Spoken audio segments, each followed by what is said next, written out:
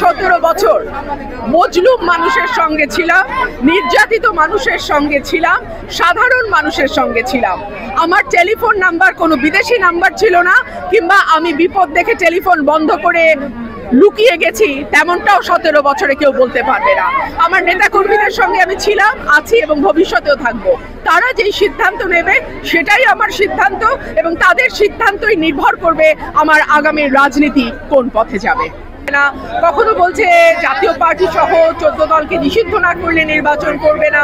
তো এক এক সময় এক একটা দাবি আমরা উঠতে দেখছি, সেই জায়গা থেকে নির্বাচনকে ঘিরে এক ধরনের অনিশ্চয়তা তো আছেই।